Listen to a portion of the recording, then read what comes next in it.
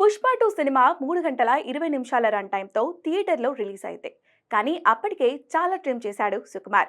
Duration కారణంగా editing table దగ్గర మంచి సీన్లను తీసి పక్కకు పెట్టేశాడు. అందుకే మొదట్లో సినిమా చూస్తున్నప్పుడు కొన్ని సీన్స్ మిస్ అయినట్లుగా, సింక్ లేనట్లుగా అనిపిస్తాయి. దీంతో సుకుమార్ మరో 20 నిమిషాల కొత్త సీన్స్ యాడ్ చేసి సంక్రాంతి తర్వాత రీలోడెడ్ వర్షన్ రిలీజ్ చేశాడు. కానీ ఈ వర్షన్ అందుబాటులోకి వచ్చే సమయానికి థియేటర్ రన్ క్లోజింగ్ కి వచ్చేసింది పుష్ప 2. అందుకే ఈ సీన్లను ఓటీటీలో చూడాలని ఈగర్ గా వెయిట్ చేస్తున్నారు నెటిజన్స్. ఫైనల్ గా ఇప్పుడు ఓటీటీలోకి రీలోడెడ్ వర్షన్ వచ్చేసింది. అంతేకాదు మరో 4 నిమిషాల ఎక్స్ట్రా సీన్లతో రిలీజ్ చేశారు. మొత్తంగా పుష్ప 2 ఓటీటీ వర్షన్ 3 గంటల 44 నిమిషాల రన్ టైంతో ప్రముఖ ఓటీటీ ప్లాట్ఫామ్ నెట్ఫ్లిక్స్ లో అందుబాటులో ఉంది.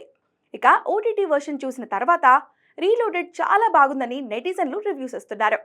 మొదట్లో వచ్చిన డౌట్స్ అన్నిటికీ ఇప్పుడు ఫుల్ క్లారిటీ వచ్చేసిందని అంటున్నారు. థియేటర్లో మిస్ అయిన సీన్స్ చూసిన తర్వాత ఇప్పుడు కంప్లీట్ మూవీ చూసినట్లుగా ఉందని అంటున్నారు. కాబట్టి పుష్ప 2 విషయంలో ఆడియన్స్ దాహం తీరినట్టే. కానీ పుష్పగాడి రూలింగ్ మాత్రం ఇప్పట్లో ఆగేలా లేదు. జస్ట్ నెట్ఫ్లిక్స్ లో ఈ సినిమా అలా వచ్చిందో లేదో రెండో రోజు నుంచే ఇండియాలో టాప్ ట్రెండింగ్ లో వచ్చేసింది.